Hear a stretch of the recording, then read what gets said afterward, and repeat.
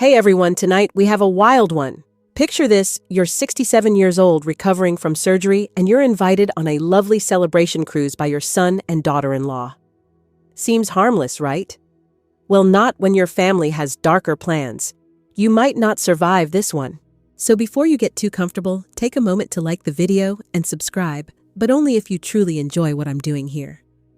And hey, drop a comment letting me know where you're watching from.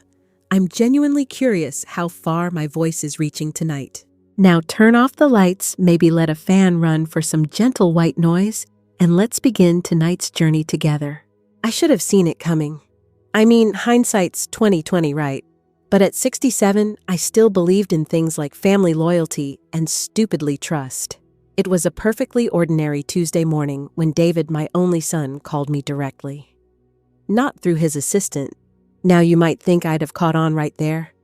You know, red flag number one when a grown man who has an assistant for everything actually takes the time to call his mother. But no, I was too wrapped up in the excitement of the invitation to see through it. "Mom, I want to take you out for a celebration cruise on the yacht," he said, his voice dripping with what I thought was genuine warmth. Just the three of us like old times. At the time, I had been recovering from a hip replacement surgery. 6 weeks in, and I was starting to feel like myself again, though I still limped a bit. But more than anything, I was desperate for any kind of sign that my son and his wife Vanessa still cared. It had been tough after Robert, my husband David's father, died 2 years ago, leaving me his tech empire fortune. Things between us had felt cold or distant, like the family ties I'd cherished had started to fray at the edges. I dressed carefully that morning, choosing my navy blue dress, the one Robert always said brought out my eyes, and took a taxi to the marina. I was looking forward to a day out, hoping it would help bridge the gap between me and my son. When I arrived, the yacht stood before me gleaming and pristine. It looked like a floating mansion, 42 feet of luxury, probably worth more than most people's entire lives combined. David greeted me at the dock, wrapping me in a hug that felt more like a performance than affection. Vanessa stood by the deck smiling, but not a warm smile. A smile that looked more like she was biting into an apple that had gone bad. "Isn't she beautiful?" David asked, gesturing toward the boat. "We're thinking of taking her to the Caribbean next month. Pretty exciting, right?" What he didn't mention was that they'd bought the yacht with money I'd given them last year. Money I'd thought would go toward David's consulting firm, a venture I'd supported wholeheartedly. $3 million, I believed, had been carefully invested. But now, something felt off. The first hour of the cruise was fine, almost peaceful. The Massachusetts coastline gradually shrank behind us as we sailed further into the open water. Vanessa served mimosas, and they talked about renovations for the house I'd signed over to them after Robert passed away. At the time, I thought downsizing to the condo would make things simpler. But with each word Vanessa said, my gut twisted a little more. Then David began asking questions. Casual ones at first. "Mom, have you thought about the will lately?" I froze. That question. The one I'd never expected to hear in such a setting. His tone was casual, but the undertones were clear. There was more to it. He continued asking about my trust, my assets, whether I had considered making things easier for them. "You know, probate can be a real hassle," he said, refilling my champagne glass with a little too much enthusiasm. "We want to make sure everything's taken care of." That's when I noticed Vanessa sneaking peeks at me with her phone angled just so. Not taking selfies, no, but recording. It was subtle, but I knew what she was doing. They were building evidence. Building a case for what I didn't yet know. My mind began to piece things together. The paperwork they had insisted on handling after my surgery. The power of attorney forms they'd brought to the hospital just temporary, they'd said just to help with bills while you recover. The way my financial advisor had suddenly stopped returning my calls. A chill crawled up my spine as the truth dawned on me. This wasn't a cruise. This was a trap. I set my glass down, carefully clearing my throat. David, I said, trying to sound casual. I think I'd like to head back to shore now. His response was immediate and chilling. I'm afraid that's not going to happen, Mom. His voice, so full of warmth a few moments ago, had turned cold. Colder than I ever thought possible from my own son. We need to talk about your health. He continued, his words measured, calculated. About your memory issues. Memory issues? I stared at him, bewildered. I don't have memory issues, David. I'm sharper than you and Vanessa put together. Vanessa stepped closer, her voice cutting through the air. We have it documented. The doctors agree you're not fit to manage your finances anymore. I was stunned. A cold rush of realization hit me harder than the ocean breeze. This wasn't about health. This was about taking everything from me, everything Robert and I had worked for, everything I had loved. Before I could speak, David's voice changed. It was harder now. We can do this the easy way or the hard way, Mom. I stood up slowly, my hip aching from the effort. But my mind was as sharp as ever. I refused to let them see the fear I felt building inside me. I met David's cold eyes. And if I refuse, Vanessa's smile wasn't warm. It was predatory. Well, she said, stepping closer. You're an elderly woman recovering from surgery. Probably took too many pain meds. Got disoriented on the boat. Tragic accidents happen all the time. I felt the bile rise in my throat as the gravity of their plans hit me. These were the people who I had raised. The people who I thought I could trust. And they were ready to push me into the ocean to die. For money. You're both insane, I said, glaring at them. If you think you can get away with this, you're wrong. David reached into a briefcase, pulling out a folder of papers. We've thought this through very carefully, Mom. I looked at the documents, at my son's face, at Vanessa's phone still recording. Then I looked out at the vast, empty ocean. It was a dangerous place, but somehow it felt safer than the people standing right in front of me. Go to hell, I said, my voice cold and clear.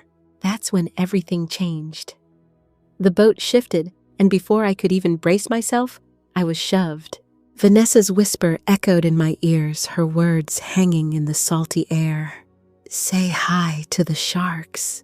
I tumbled into the cold Atlantic, the icy water swallowing me whole. As the water rushed over me, I had one thought survive. It wasn't the cold that hit me hardest, though the icy sting of the Atlantic was enough to knock the breath from my chest. It wasn't the weight of my clothes dragging me down either, though they made swimming feel like I was pulling lead weights behind me. No, what struck me the most was the sheer sense of betrayal, the realization that my own flesh and blood were so cold, so calculating, that they would leave me to die without a second thought. But in that moment, that icy heart-stopping plunge, something else came over me. The adrenaline. It kicked in like a switch. I fought to keep my head above water, knowing if I went under now, no one would come for me. The yacht was speeding away in the distance, a faint white dot on the horizon. I kicked off my shoes, the weight of them pulling me down like an anchor. But I didn't let them go easily. I never did. I fought. That's how I'd been raised. That's how I'd survived everything life threw at me. I wasn't about to let a little thing like my son's greed take me down. I broke the surface, gasping for air, my heart pounding in my chest. The salty water burned in my throat, but I kept moving. My body screamed in protest, my muscles exhausted from the surgery, my head fogged with shock. But my mind was clear. I could hear David's voice in my head taunting me. His cold, calculated words. We can do this the easy way or the hard way. I couldn't let them win. As I swam, I realized how alone I was. The yacht was long gone, and I could see nothing but the endless stretch of ocean around me. It felt like a cruel, endless expanse stretching out forever in every direction. No boats, no help, just me. And then, as if by some cruel stroke of fate, I caught a glimpse of something on the horizon, a faint outline of a boat. A fishing boat. It was small, bobbing gently in the waves, but it was coming toward me. My heart leapt. I kicked harder, pushing myself toward it, my lungs burning as I fought the waves. There was someone there. I could make out a figure standing at the helm, and even from a distance, I could tell he was watching me. I don't know what I expected. Maybe the fear of death had dulled my senses. Or maybe deep down, I thought I would drown before I could reach him. But I didn't. I swam with every last ounce of strength I had, and just when I thought I couldn't make it, the boat came close enough for me to reach it. I must have looked like a ghost. My hair was plastered to my face, my dress clinging to my body like a heavy burden. I was shivering uncontrollably, my teeth chattering with every breath I took. But the man at the wheel, he wasn't scared. He wasn't even surprised. "Holy hell, lady," he called as I reached out to grab the side of the boat. "What happened to you?" I barely had the strength to answer him. "My family?" I gasped, my voice barely above a whisper. "They tried to. I didn't have to finish.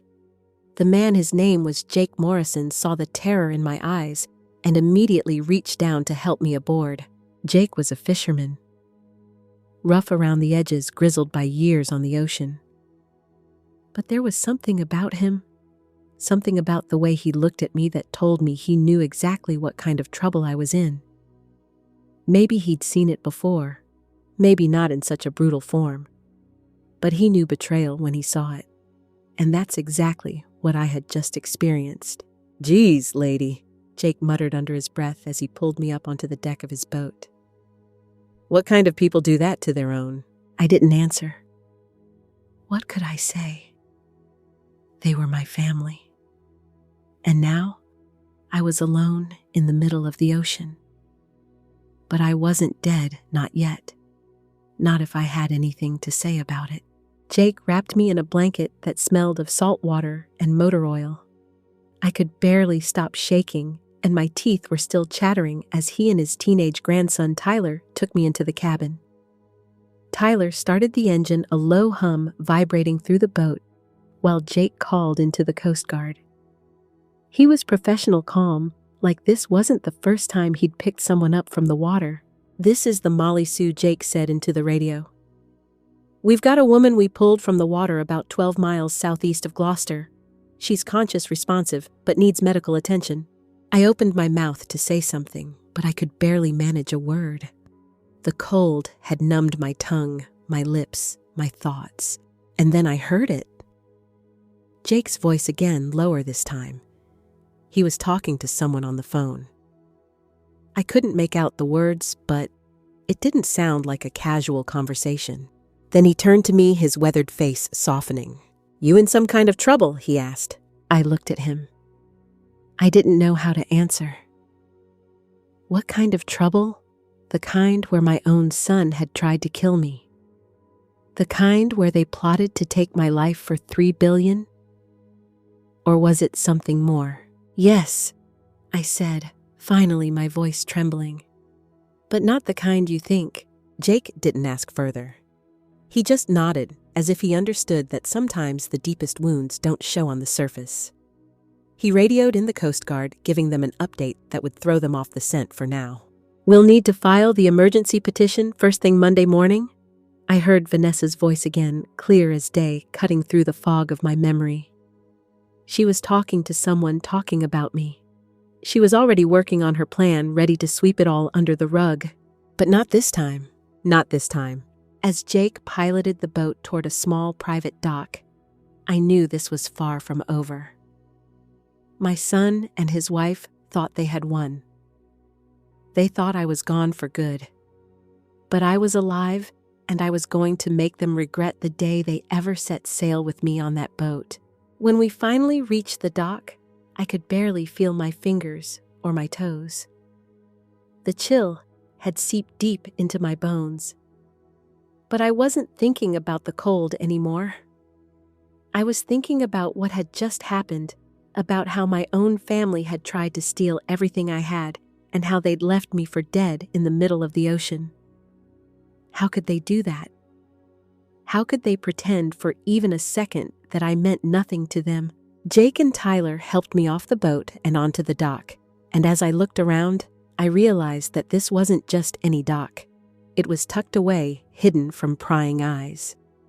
It led to a small, quiet bed and breakfast owned by a woman named Mrs. Chen. I didn't know her well, but I knew enough to trust her. Jake had arranged for me to stay there away from the prying eyes of the public and anyone who might be looking for a missing person.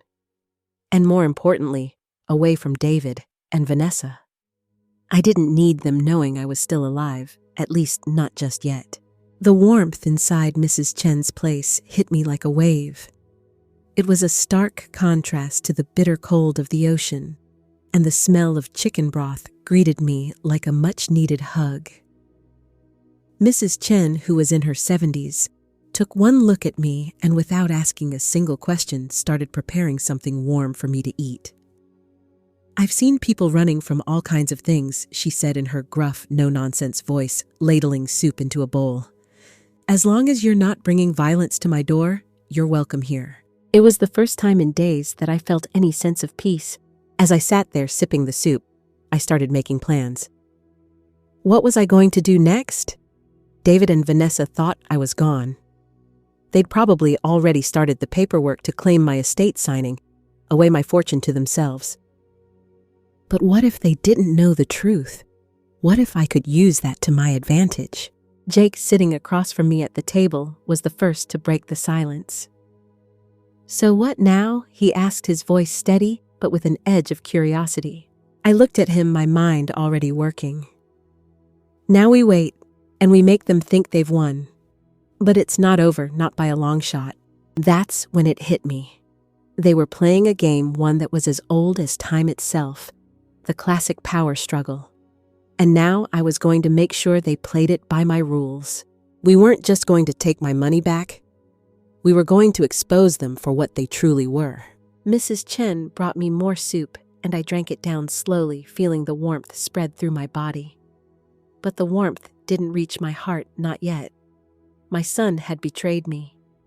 He was a stranger to me now. And Vanessa. She was just as cold. It had all been part of their plan to get what they wanted, but they had underestimated me. The rest of the evening was spent in quiet planning. Jake, who had seen enough of life to know how people operated in the shadows, was my ally now. His eyes never left me, and I could tell he was sizing up the situation. "You know, I've seen a lot of things on the water," Jake said as we sat by the fire later that night. "But this is something else. It's not just betrayal. It's calculated." I nodded. "That's exactly what it is. They've been planning this for months, maybe longer. They thought they could get away with it." Jake leaned back, his weathered face serious. "You got a plan to stop them." I smiled, but it wasn't a warm smile. It was a smile that said I had everything under control. I do now. I didn't know how long I could stay hidden away in this quiet bed and breakfast. But I did know one thing: I had the advantage now. I had time. And that's all I needed to make them pay. The next morning, after a much-needed night's sleep, I woke up early before anyone else. The sun had barely started to rise, and the sky was still that soft, dusky blue. I grabbed the notebook I'd been keeping by my side and started to write down everything I could remember. Every detail, every phone call, every document, every conversation I'd had with David and Vanessa. I was going to need it all. I had to know what they were up to. I had to know how they were going to pull this off. I couldn't let them destroy everything Robert had worked for. And I couldn't let them get away with taking my life. I spent the morning making phone calls to people I knew I could trust. People who could help me get the information I needed. My lawyer, my accountant, my financial advisor. But I wasn't just asking them to help me take back control. I needed them to help me gather the evidence I could use to expose the entire scheme. By the time I finished my calls, I had a plan. It wasn't perfect, but it was a start. I needed to get into my old house, David and Vanessa's house now, and see what they'd been hiding. They'd been paying the utilities there, even though no one was living there. Someone had been maintaining it. Someone was still trying to make sure the house didn't fall into disrepair. That night, after the sun had set and the streets of Gloucester were quiet, I made my move. I didn't want to alert anyone, but I had to see for myself what was really going on. I couldn't trust anything David and Vanessa had told me.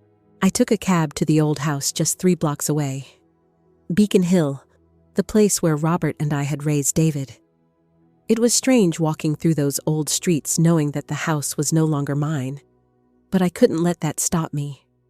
I had a key, and if they thought I was dead, I had a perfect opportunity to see what they were up to. The house was dark when I arrived, but I wasn't afraid. If anything, I was more determined than ever. I slipped around the back, careful not to make any noise. I used the key and let myself inside. The air inside was stale, unused. The furniture was covered with sheets, but I could tell it had been rearranged. Expensive pieces. New pieces. Someone was living here. But it wasn't just the furniture that gave it away. It was the fridge stocked with food. Food that didn't belong to me. It didn't belong to Robert. They'd been here for a while, and now they were getting ready to finalize their plans.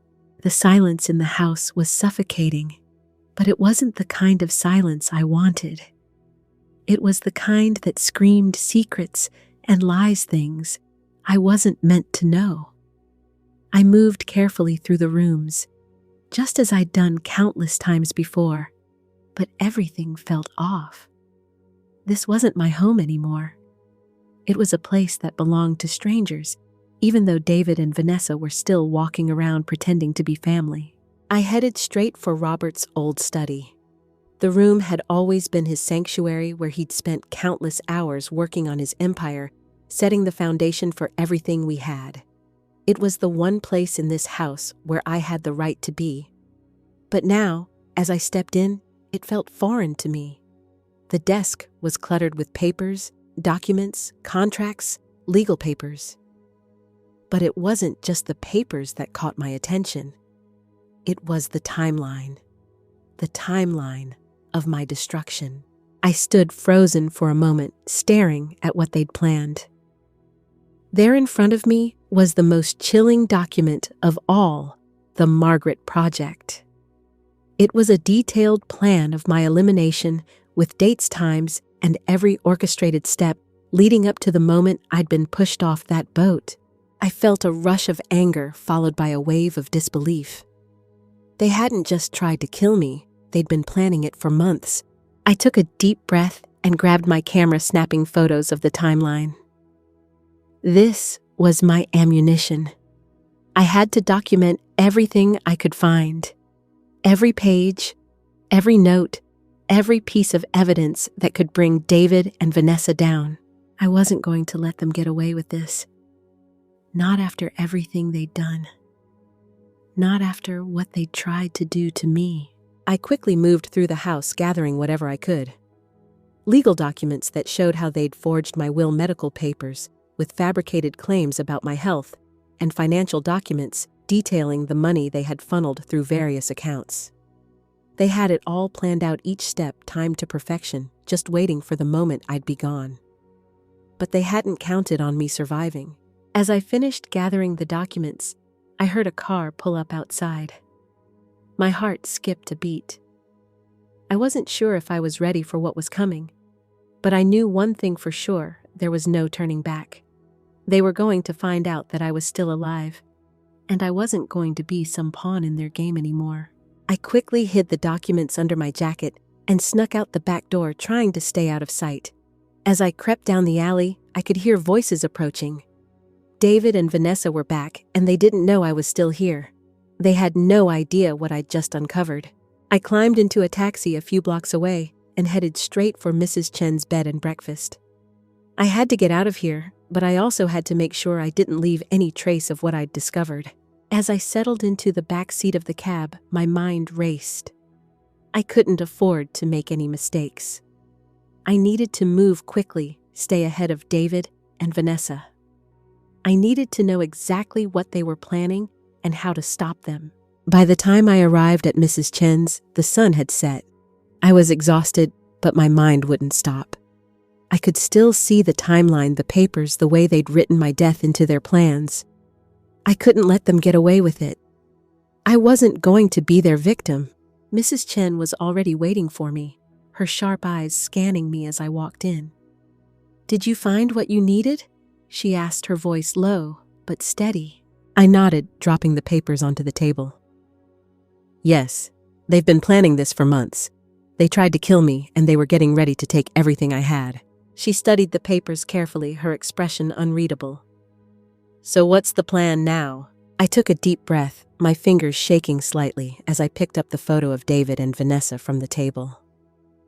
"I'm going to let them think they've won, but I'm not going to make it easy for them." She raised an eyebrow. "You're playing them?" "Yes," I said, looking down at the photo in my hand. "I'm going to make them think I'm still out of the picture. But while they're making their moves, I'll be making mine." Jake's voice interrupted our conversation. "You're going to need help." I looked at him surprised. "What do you mean?" Jake gave me a small, knowing smile. "You're not doing this alone. I've been keeping an eye on things. You need someone on the inside." He was right. I couldn't do this on my own. I had to play the long game, and I needed someone to help me do it. I couldn't trust anyone in my old circle. David and Vanessa had already corrupted everything I had. But I had other options, people who didn't have their hands in my pockets. "All right," I said, my resolve strengthening. "But we have to move quickly. We need to know exactly what David and Vanessa are planning next. We can't let them get too comfortable." Jake nodded. "I'll take care of that. You focus on the next step." I didn't know how much time I had before they figured out I was still alive, but I knew I couldn't wait any longer. It was time to take back control. I wasn't going to let them steal my life, and I certainly wasn't going to let them raise a baby that wasn't theirs. I made the decision then I would take down David and Vanessa piece by piece. But I would need to be smart, patient, and above all, careful. I couldn't afford to make any mistakes, not when so much was at stake.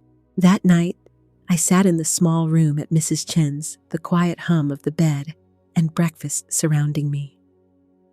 I thought about everything I'd lost, the family I'd once had, the man I loved, the life I'd worked so hard to build. But as I sat there looking at the photos of my son and his wife, I felt something I hadn't felt in a long time: hope. I had a chance, and I wasn't going to waste it. It was strange sitting there so close to everything I'd once held dear, but so far from the woman I used to be. I had lived a life that was full, rich in both love and wealth, a life that now felt like someone else's dream. Robert was gone. David and Vanessa, the people I had trusted with my heart, had become strangers. They weren't just after my money. They wanted me gone, erased from the world, as if I had never mattered. But I wasn't ready to disappear yet. Not by a long shot. The next day was critical. I couldn't just sit idly by, not when I knew what was coming. The plan needed to unfold slowly with precision. It was time to make my first move, to send David and Vanessa the message they needed to hear, to shake them up and remind them that I wasn't the fragile, confused woman they thought I was. I met with Jake at Mrs. Chen's that morning, the room already smelling of fresh coffee, the low light of dawn just starting to creep in through the window.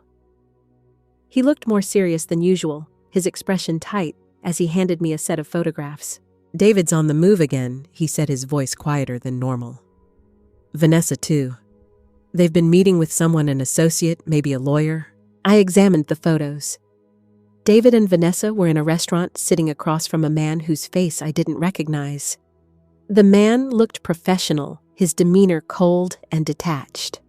A lawyer, I thought, or someone who worked for the same people pulling their strings. "This is the guy we need to find out about," Jake continued. "I've already got people asking around, but we'll need to move fast. If he's involved in the legal side of things, you need to know who he is, what he's capable of. He could be the key to everything." I studied the man in the photograph. It was clear he was involved, but how much did he know, and how far would he go to protect David and Vanessa? I had to get answers. "All right," I said, setting the photograph down on the table. "We need to find out who he is and what role he plays in all this, and I need you to keep an eye on David and Vanessa. Don't let them get too comfortable." Jake nodded. "I'll take care of it. You focus on the next piece." The next piece. I had been planning for weeks, but now it was time to put everything into motion. I needed to find out exactly what they were telling the authorities, who they were talking to, and most importantly, who was helping them behind the scenes. I had already arranged for a meeting with Danny, my private investigator, at the little diner down the street. The plan was to swap information and see what he had uncovered. But more than that, I needed him to follow up on something I had noticed in David's office, the mysterious MT, the initials that appeared throughout their plans. As I left Mrs. Chen's, I felt a strange sense of calm. Maybe it was the exhaustion catching up to me, or maybe it was the realization that I was closer than ever to understanding just how deep this conspiracy ran. Either way, I wasn't about to let them win. At the diner, Danny was already waiting for me. He waved as I walked in, his sharp eyes scanning the room, always on alert. "I've been digging," he said as I slid into the booth across from him. "I found more than I expected." I raised an eyebrow, curious. "What did you find?" He slid a folder across the table. Inside, there were more photos, more documents, records of transactions, names, places. The deeper I looked, the more I saw how extensive this operation was. Danny had tracked down connections between David and Vanessa, and a web of people in the medical and legal industries. People who specialized in making disappearances look like accidents. People who could erase a life without leaving a trace. "There's a whole network," Danny said quietly. "A network that's been targeting elderly people for years. You're not the first. You're just the one who survived." The weight of his words hit me hard. I had suspected as much, but hearing it out loud made it more real. They weren't just after my money. They had been orchestrating this for years, building a network of corrupt doctors, lawyers, and medical professionals who helped them cover their tracks. They had targeted people who were vulnerable, people like me, people who had no one left to turn to. "Do you think they've done this before?" I asked, my voice barely a whisper. "I'm sure of it," Danny replied. "But we'll need to find more proof. We need to connect the dots, prove they've done this before, and expose everyone involved." I nodded, understanding the weight of the task ahead. We couldn't just take down David and Vanessa. We had to dismantle the entire operation, expose everyone who had been complicit in this scheme. But it wouldn't be easy. People like Miranda Torres had been operating under the radar for years, covering their tracks, making sure everything looked clean. "There's something else," Danny said, handing me a small envelope. Inside, there was a birth certificate. I looked at it, confusion washing over me. "This is a fake," Danny explained. "I tracked down the source. The baby they've been hiding, it's not theirs." I stared at the certificate in disbelief. "It's not theirs, but the baby. They were using it to inherit my fortune." Danny nodded grimly. "They bought the baby, a surrogate arrangement, but it's all part of the plan. They needed a child to cement their claim, a way to justify their actions. The implications were staggering. Not only had they been willing to kill me, but they had also been willing to exploit an innocent life to secure their future. The thought made me sick, but it also fueled my determination. "I'm going to make sure they pay for this," I said quietly. "Not just for what they did to me, but for the baby too." We spent the rest of the afternoon going over the details, laying out the next steps. Danny would continue digging into the network, trying to uncover more names and connections. I would focus on finding the leverage I needed to make David and Vanessa crack. I had a plan. It wasn't perfect, but it was all I had. As the day ended, I felt a mix of exhaustion and resolve. There was so much at stake, and every decision I made could either bring me closer to justice or send me deeper into their trap. But I wasn't going to stop. Not now. Not ever. The next few days passed in a blur. Time seemed to stretch endlessly, but also move too quickly. Every step I took, every conversation I had, felt like I was walking on the edge of a razor. But for the first time in weeks, I felt like I was in control. I was no longer the victim in this story. I was the one pulling the strings. I spent the morning at Mrs. Chen's, going through everything I had, photographs, documents, notes, and meticulously piecing the puzzle together. Danny's surveillance work had yielded some new information. We were closer than ever to exposing the entire network, and I couldn't let it slip away now. The urgency in my veins was like fire, and I had no intention of letting it burn out. Jake had been monitoring David and Vanessa's every move. According to him, they were getting nervous. The grieving family act was starting to show cracks, and they were growing desperate. I could see the same thing when I looked at their movements. They were scrambling, trying to cover their tracks, making sure they hadn't overlooked anything in their rush to secure their future. They didn't know it yet, but they were on borrowed time. At the same time, the legal battle was beginning to heat up. Danny had uncovered more about the forged documents. It wasn't just the will they had tampered with. They had altered everything from financial records to medical documents, ensuring that I appeared mentally unfit. The deeper I dug, the more I realized how methodical they had been. This wasn't a scheme that was thrown together hastily. It was a carefully crafted plot years in the making, but it wasn't foolproof, not by a long shot. The phone call came late that afternoon. I could hear the relief in Danny's voice when he spoke. "We've got them," he said, his voice steady but urgent. "Miranda Torres. I know where she's meeting David and Vanessa tomorrow." I felt my heart rate spike. This was the moment I had been waiting for. The linchpin in everything. If we could get to Torres, everything else would fall into place. She was the mastermind, the one pulling all the strings. Take her down, and the whole operation would crumble. "Where is it?" I asked, trying to steady myself. "Tomorrow, at the law office on Pearl Street. They're finalizing the paperwork, probate, inheritance transfer, all of it. It's their last move before they think they've won." I let out a slow breath. "Perfect. I'll be there." Danny hesitated for a moment. "Margaret, you sure you're ready for this? If you walk into that office, there's no going back. It's all or nothing." I stared out the window, looking at the quiet street outside. My life had been turned upside down. But I wasn't the same person anymore. I wasn't the woman who had trusted blindly, the one who had been manipulated by the people she loved. No, I was stronger than that now. And I wasn't going to let them get away with it. "I'm ready," I said, the words coming out with more conviction than I had expected. "Let's do this." I hung up and sat in silence for a moment, gathering my thoughts. Tomorrow would be crucial. The plan I had in place was simple, but risky.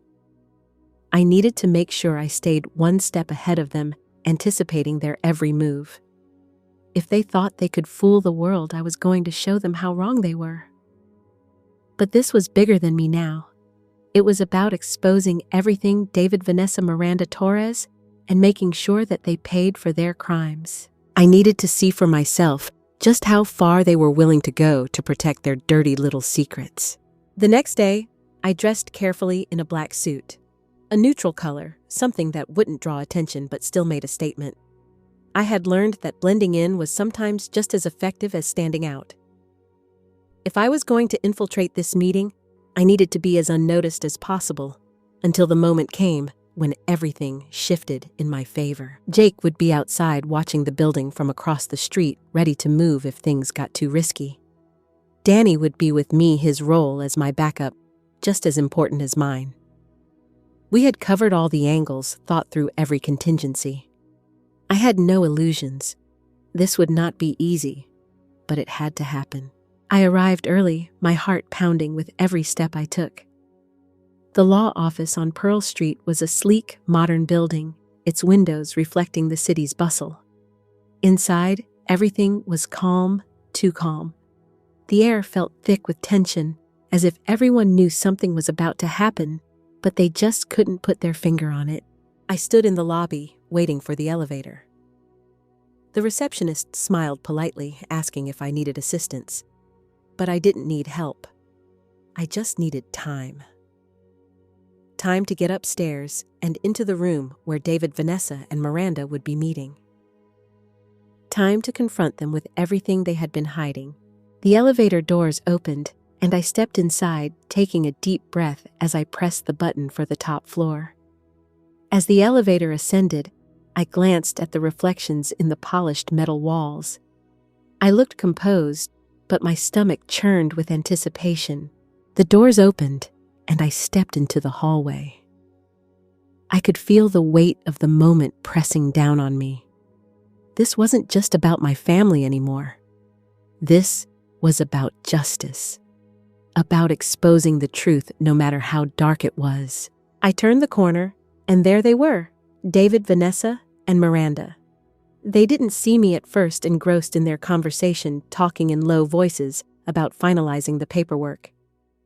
David looked harried, his usually neat suit slightly disheveled, as if he had been rushing. Vanessa was by his side, her smile cold and calculated. And Miranda, always the professional, was the one leading the charge, her posture straight, exuding confidence. They hadn't seen me yet, but they would soon enough. I took a step forward, and the sound of my footsteps echoed down the hallway. I could feel their eyes on me before they turned around. They froze when they saw me, their faces draining of color. Margaret David finally spoke, his voice shaky, the mask of confidence slipping. How are you here?" "Funny you should ask," I said, my voice calm, almost amused. "I was just wondering the same thing about you. You really thought I was gone, didn't you?"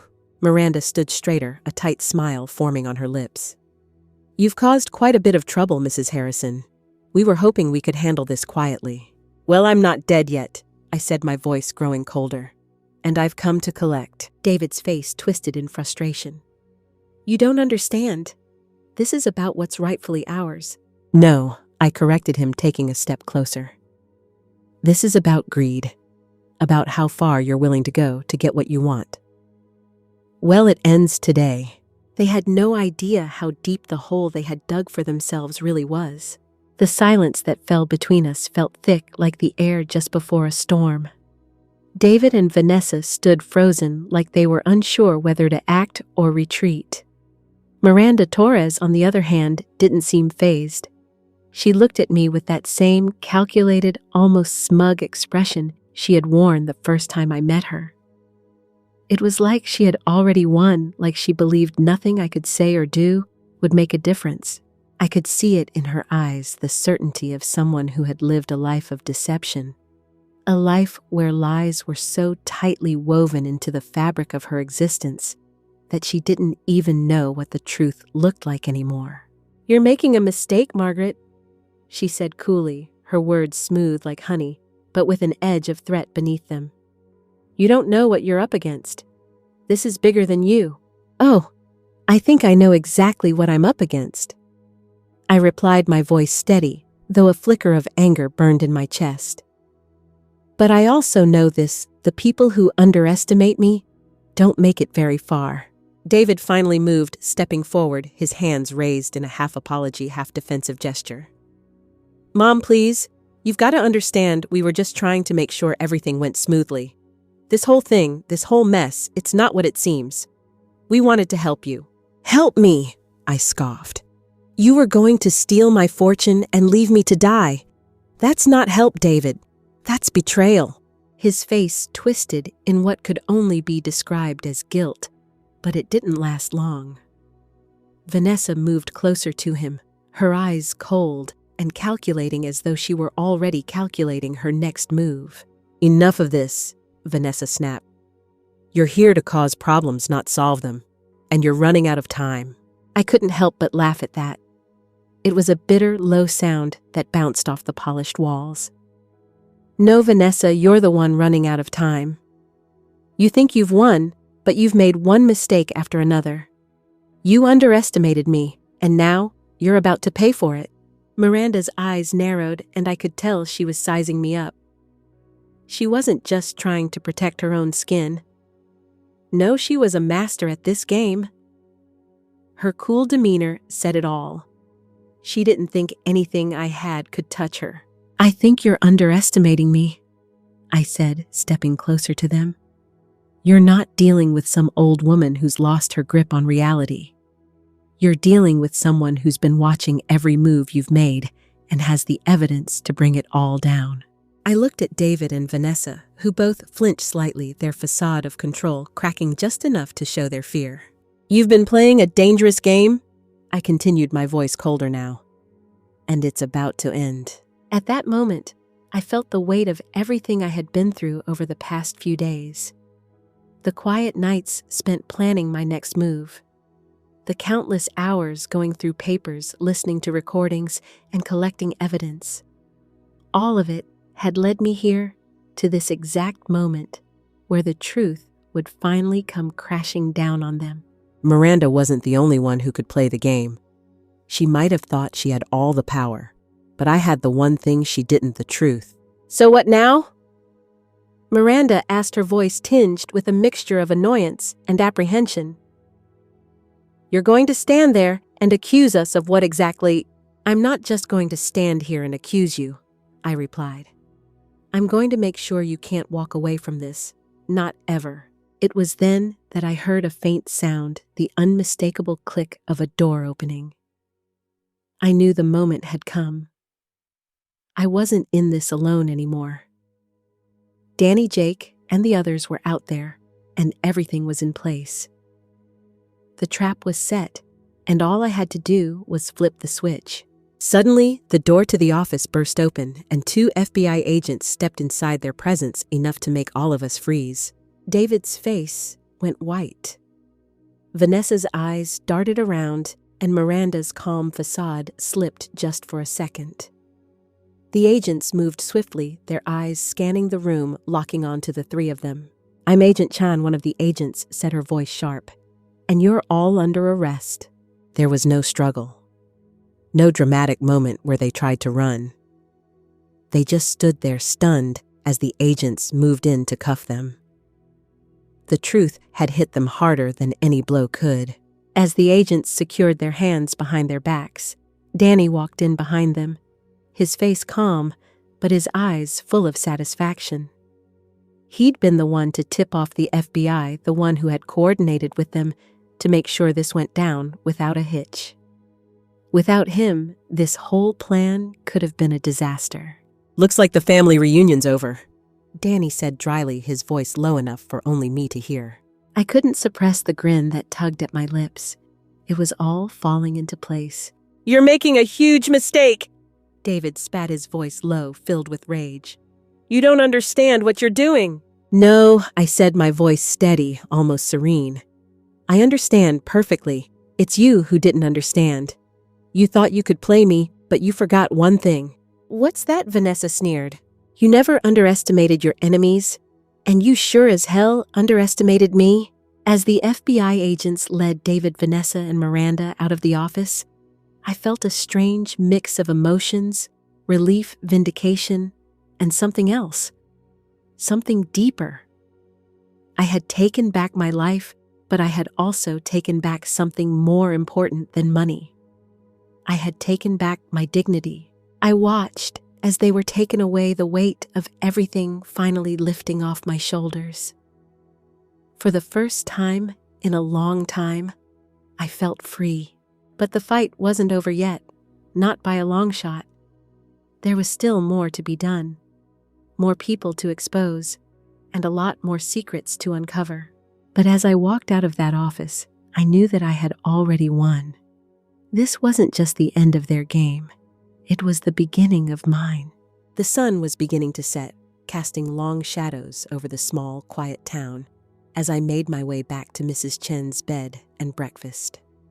The weight of what had just happened still hung heavily in the air, but there was a sense of satisfaction, almost like a release that made my every step feel lighter. I wasn't sure if I was ready to let it all go, but for the first time in a long time, I wasn't running anymore. Jake's truck pulled up just as I was nearing the front door. He gave me a quick wave as he stepped out, his usual weathered face grinning like he was just happy to be on the right side of things for once. Well, that was something Jake said, his deep voice carrying a hint of approval. "You've got guts, Margaret." I didn't know if I was supposed to feel like a hero, but I certainly didn't feel like one. My mind was still reeling from everything David, Vanessa, Miranda, everything they'd done, and everything I'd just survived. It was all a bit too much to process in a single evening. I nodded at Jake, though. "It's not over, though," I replied, my voice more calm than I felt. "We've got more work to do." He followed me inside, the door creaking open as I stepped into Mrs. Chen's kitchen. The warm smell of chicken broth filled the air, and Mrs. Chen was there as always, busy with something at the stove. Her eyes met mine, full of quiet understanding, as if she knew the weight of what I had just experienced. "You did well," Mrs. Chen said, her voice soft but firm. "But don't get too comfortable. There's still a long road ahead." I sighed and dropped into a chair at the table, Jake following suit. "I know," I muttered. "But for now, I just need a minute." It wasn't a minute of peace that I got, though. Danny walked in through the door just as I took a sip of my broth, looking more intense than usual. He had that air about him, serious, calculated. The kind of look that meant he had something important to say. "We've got a lead on the inside," Danny said without preamble. "It's bigger than we thought." I put the bowl down slowly, focusing on him. "What do you mean?" "The network Miranda was working with isn't just about elderly clients and inheritance fraud," he explained.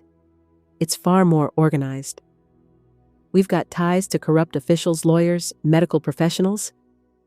This isn't just a few bad apples. It's a whole rotten tree." I could feel the blood drain from my face. "Are you saying they're connected to more murders?" Danny nodded grimly. "I'm saying it goes deeper than just you. There are families that have been affected by this for years, and Miranda was the linchpin in a much larger operation. We need to move fast before they cover their tracks." A cold shiver ran down my spine. The stakes had been high from the beginning, but now it felt like we were diving into something that could reach further than I had ever anticipated.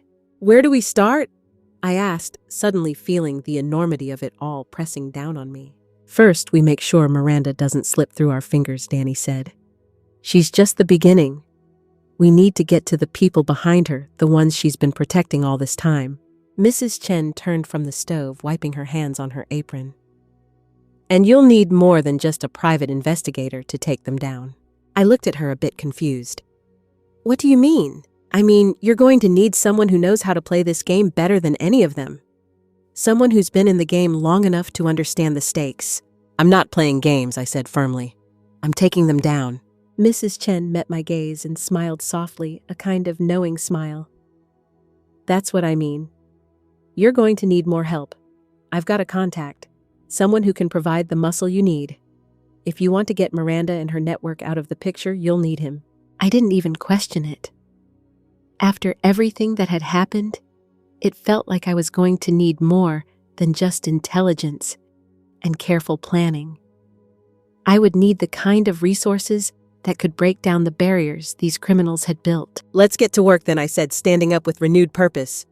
"I'm done waiting." That night, we sat around the small kitchen table, mapping out our next moves. Mrs. Chen made sure we had everything we needed for the long haul, even if that meant digging through old contacts, reaching out to people we'd never met before.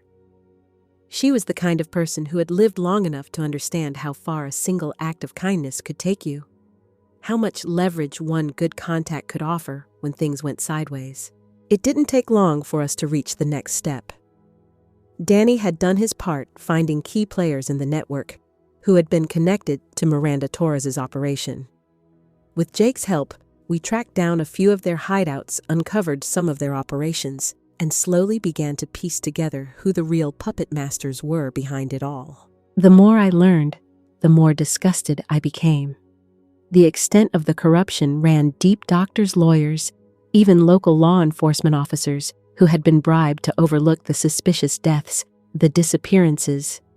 It was like a well-oiled machine, each part working together to ensure that people like me, people with money and resources, were vulnerable to exploitation.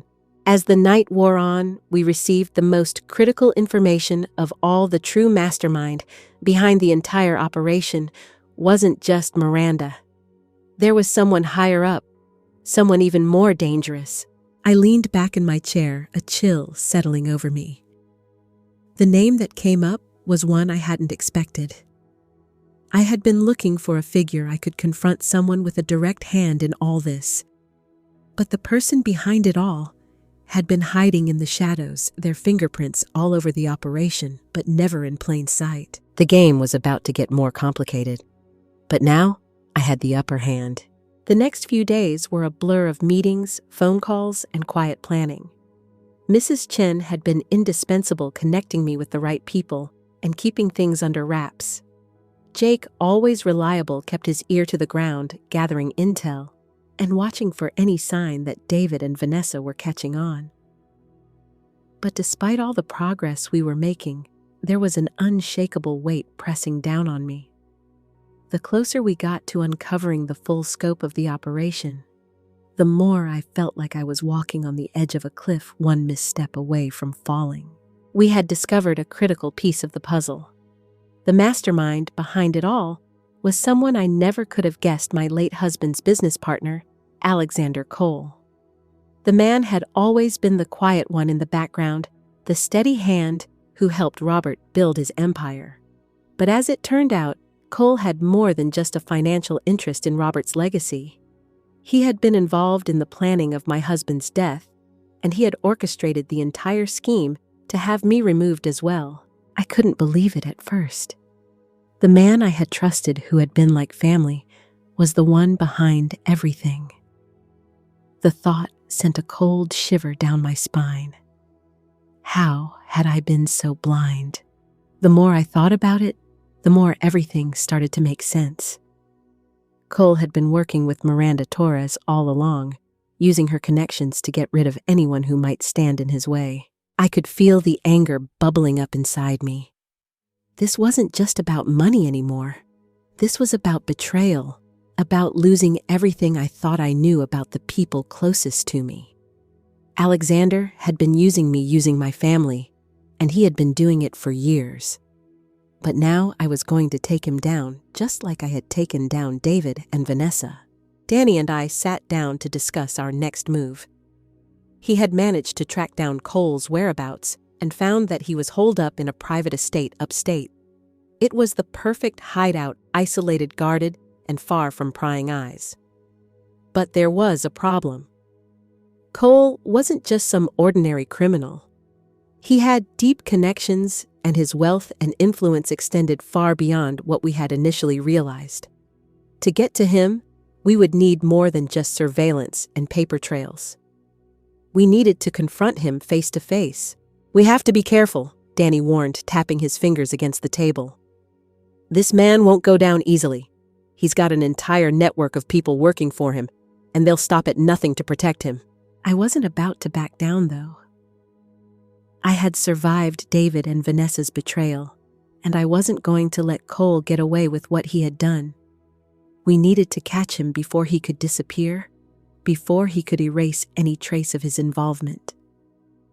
It was time for me to take control of my own destiny, to show the people who thought they could use me that I was stronger than they had ever realized.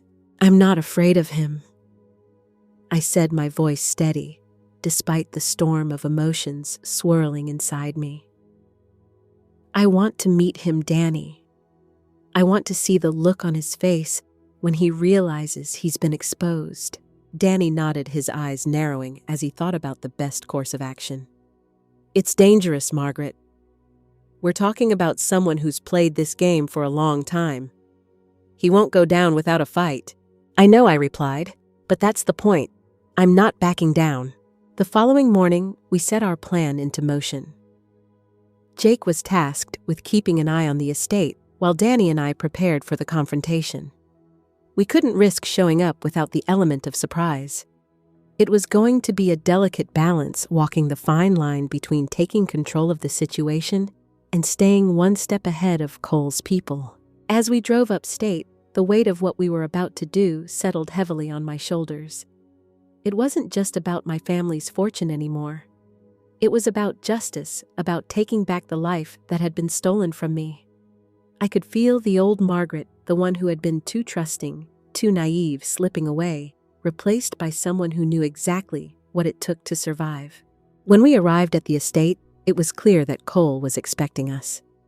The high stone walls and wrought iron gates gave the place an air of intimidation, but I wasn't going to be intimidated. I had nothing left to lose. We made our way inside under the cover of darkness, the shadows our allies, as we approached the main house. I could hear my heart pounding in my chest, each beat matching the rhythm of our footsteps on the gravel driveway. It felt like the calm before the storm. Stay alert, Danny whispered as we neared the entrance. We don't know who else might be inside. I nodded, keeping my hand on the small firearm I had tucked into my coat. I wasn't planning to use it unless absolutely necessary, but I wasn't going to walk into this blindly. We reached the front door, and Danny knocked his hand steady as he did. The seconds that passed felt like hours. Finally, the door creaked open, revealing a tall figure dressed in black. "Who are you?" the man asked, his voice low and cautious. "We need to speak to Alexander Cole," Danny said, his tone firm. "We know he's here. We have business with him." The man hesitated for a moment before stepping aside, allowing us entry. Inside, the mansion was as grand as I had expected, luxurious, cold, and impersonal. It felt like a place designed to intimidate, to make anyone who stepped foot inside feel small and insignificant. And then, there he was, Alexander Cole, sitting behind a large desk, looking every bit the part of the untouchable businessman he had always been.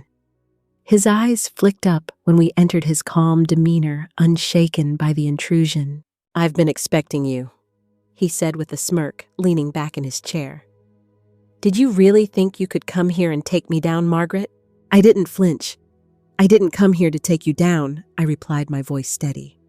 "I came here to make sure you never hurt anyone again." His smirk faded, replaced by something darker. "You're a fool if you think you can stop me." "We'll see about that," I said, walking closer. "I've already exposed everything. Your little network, your plans to steal everything from me, it's all out in the open now.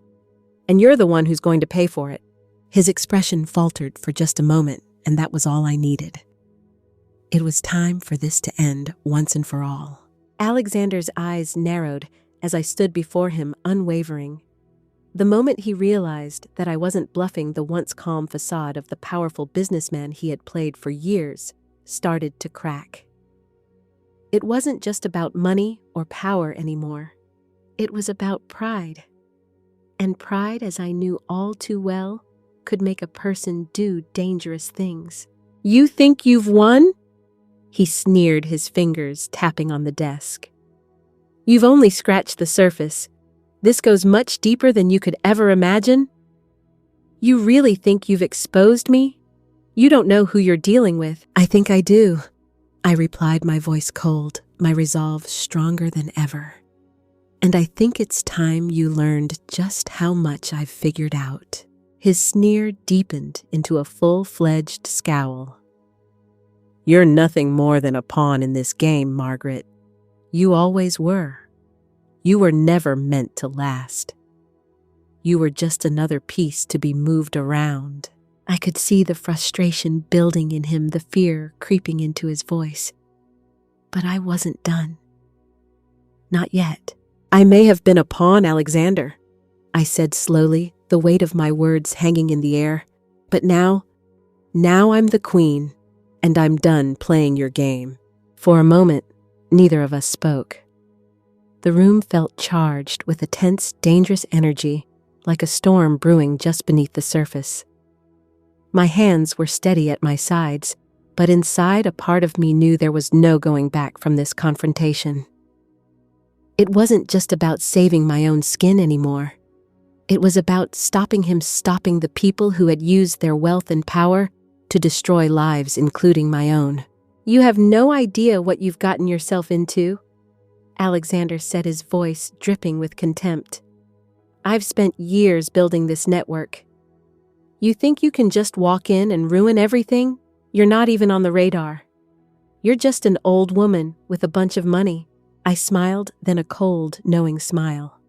I may be old in your eyes, Alexander, but I'm not as foolish as you think. I've been playing a different game, and now it's your turn to lose. He stood abruptly, his chair scraping against the floor as he paced in front of me. I stood my ground, every muscle in my body screaming to take action, but I stayed calm, poised. The calm before the storm. I know about the others, I said, cutting through the tension. The people you've targeted, the elderly who've accidentally died under mysterious circumstances. I know about the money you've siphoned off, about the false medical reports, the forged wills. All of it. Alexander stopped in his tracks, his back to me. For a moment, I thought he was going to dismiss me, pretend like I didn't know anything. But then he turned, his eyes flashing with a new kind of fury. You think you're the first person I've manipulated? You think you're the first one who's tried to stop me? He laughed bitterly, the sound echoing in the sterile, cold room. You're a fool. You and your little friends have no idea how deep this goes. I'll be out of here in no time. And when I'm back, you'll regret this. I wasn't intimidated. In fact, his words only fueled the fire inside me. He was scared. He had to be. People like him didn't act so recklessly unless they had something to hide. You won't get away with this, Alexander, I said, my voice steady and clear. I've already taken the first step. The evidence is out there. Your network is being dismantled as we speak. He gritted his teeth, the anger in his eyes sharp enough to cut through steel. You don't know who you're dealing with, Margaret. You're just an old woman with a broken family. But me, I'm untouchable. I took a step closer, my eyes never leaving his. That's where you're wrong, Alexander. You're not untouchable. No one is. And your time is up. Before he could respond, I heard a faint sound, a click, almost imperceptible, but unmistakable. It was the sound of the door opening, the sound of something shifting in the shadows. I turned, barely catching a glimpse of Danny in the corner of the room, his eyes locked on me. He had been listening. Alexander froze for a moment, as if he was processing the implications of the situation. His gaze darted to Danny, and for a split second, the arrogance faltered. He knew that we were no longer just two people playing a dangerous game. We had the upper hand. You think you can just walk away from this? He spat. I already have, I said, my voice growing quieter, more resolute. It's over, Alexander. Danny stepped forward, moving with purpose. His voice was calm, but there was a quiet authority to it now. You're done, Cole. The game's up. The FBI's already on their way. We've got everything we need. There it was. The confirmation. For a moment, Alexander looked like he wanted to deny it, to deny that his empire of lies and deceit was about to crumble. But he knew it was true. He could feel it in his bones. You're finished, I said again, my voice stronger this time. You've ruined so many lives, but now it's your turn. The room fell silent. There was no more bravado, no more threats. There was only the sound of his breathing, shallow and strained, as he realized that his life was about to change forever. I didn't take joy in this moment, not really. But there was something deeply satisfying about knowing that finally he would be held accountable for the damage he had caused. Danny nodded, signaling that the next phase was in motion. He knew the FBI would be here soon, and once they arrived, it was over. For good. As I stood there watching Alexander Cole's world begin to crumble around him, I couldn't help but think back on everything that had led to this moment. The betrayal, the pain, the loss. But now, it felt like a chapter was closing, one that had been long overdue. There was no turning back from this. There was no erasing the past. But there was a future to look forward to, and it was one I intended to rebuild piece by piece with the family I had left. "Are you sure you want to stay?" Danny asked, as if reading my thoughts. "We can go now. Let the authorities handle the rest." I took a deep breath, feeling the weight of everything that had happened settle in my chest. "I'm not going anywhere," I said softly. "I'm going to watch him go down. I want to see his face when the truth hits him." Danny didn't argue. Instead, he gave me a nod of approval. We waited in silence, watching as Alexander Cole's empire came crashing down. And as the first sound of sirens reached our ears, I knew that at last the nightmare was over. The first moments after the FBI arrived were surreal. I sat in the corner, quietly observing as agents flooded the room, their movements swift and efficient. Alexander Cole, once so confident, now looked like a cornered animal trying to make sense of what was happening. His empire of lies had been reduced to rubble, and there was nothing left to do but face the consequences. It was hard not to feel a certain satisfaction watching him squirm, though I didn't let myself dwell on it for too long. This wasn't about revenge, it was about justice. It wasn't just about him, it was about the others, the countless victims whose lives had been destroyed by his greed, his manipulation. And now, one by one, they were getting their voices back. This was just the beginning. "I think we've got everything we need." Danny said, his voice low. He was still the quiet observer, but I could see the satisfaction in his eyes, the kind that only comes when justice is done. "He's going to pay for everything, but we still need to clean up the mess." "You're right," I said, my gaze flickering back to Alexander. "We need to make sure the rest of this operation falls apart. He was just one piece of the puzzle. I want the whole network gone." Danny nodded. "It's already in motion. Once the FBI gets their hands on him, it'll all come out. Trust me, Margaret, he's done." I couldn't help but feel a weight lift off my chest. For so long, I had been living in fear, unsure of what was going to happen, unsure of how to fight back. But now, here I was, holding the reins of my own future. And it was a future that would no longer be defined by fear or manipulation. I glanced at the door as a team of agents started filing in their faces, impassive, their focus on their work. I could hear them talking to Danny, gathering the final pieces of the puzzle. And then, just as quickly as they'd arrived, they turned their attention to Alexander Cole, escorting him out of the room with cuffs around his wrists. That was the moment it hit me, the finality of it all. The man who had tried to take everything from me, the man who had caused so much pain and heartache, was now powerless, and I was free to live the life I had worked so hard for, free to rebuild my family, free to be myself. But there was still the matter of the baby Robert Sarah, the child who had been caught in the middle of this tangled mess. I hadn't forgotten about him. Not for a second. "Where is he?" I asked, my voice steady, but there was a hint of urgency behind the question. "Is he okay?" Danny smiled a small, knowing smile. "He's fine. Carol's been keeping him safe. He's probably asleep by now, but we can check on him if you want." "Yes," I said quickly. "I want to see him." We made our way through the house, passing rooms that once held so many memories. Memories I was now realizing I'd let go of memories that no longer defined me. The house had changed in so many ways, but as we reached the small bedroom at the end of the hall, a room that had once been my study, I felt a sense of calm wash over me. There, nestled in the crib, was Robert Sarah, sleeping peacefully. I stood in the doorway for a moment, taking him in.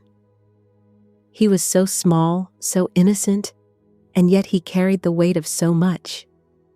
He wasn't just a baby. He was the symbol of everything I had fought for. He was the one thing that mattered more than any of the money, any of the power, or any of the lies. He was the truth. "He's perfect," I whispered to Danny. "He is," he replied softly. "You did good, Margaret." I stepped closer to the crib, my heart swelling with emotion. This little boy, this beautiful soul, would never have to know the darkness his birth mother had endured. He would grow up with love, with truth, and with the knowledge that his real family had fought for him. No one would ever take that away. I reached down and gently touched the baby's tiny hand, marveling at the life I was holding in my arms. He was more than just a symbol of revenge.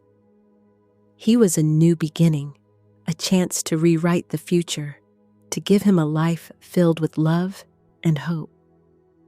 And in that moment, I knew that no matter what came next, I had won.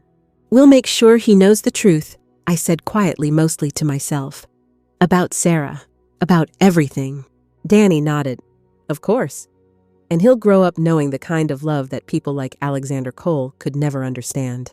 The weight of everything that had happened, the years of deceit, the heartache, the betrayal, felt like it had been lifted from my shoulders. I had fought, and I had won.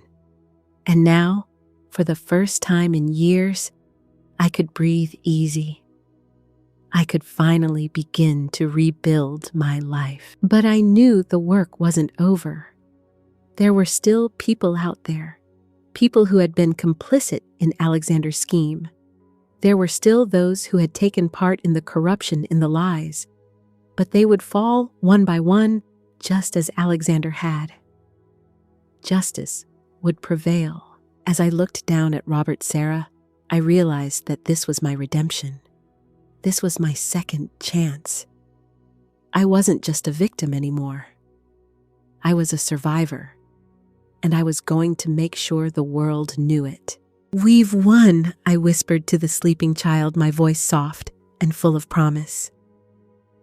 "And we're going to make sure that no one like Alexander Cole ever hurts you."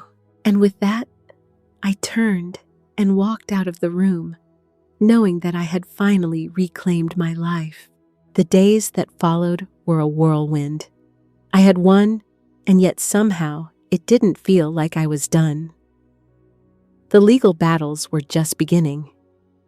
The house had been cleared of all the evidence, but now the fight was in the courts, and it would be a long road ahead. But I wasn't scared anymore. The people I had trusted, the ones who had been closest to me, had turned out to be the very ones I needed to protect myself from. The hardest part wasn't the betrayal, though it was realizing how far I had allowed myself to be manipulated. The family I had loved, the one I had built my life around, had been ready to throw me away for money. But now, I was finally free. I had my own power back, and I knew exactly what I was going to do with it. I was sitting at the small wooden table in Mrs. Chen's cozy kitchen, nursing a cup of tea. The warm scent of jasmine filled the room, and I could hear the soft hum of her knitting needles from the other room.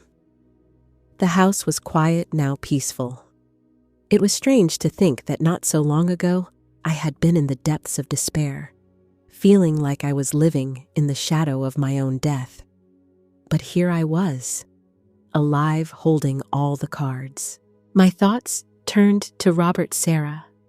The moment I had found him in that crib, sleeping peacefully, had been the turning point for me.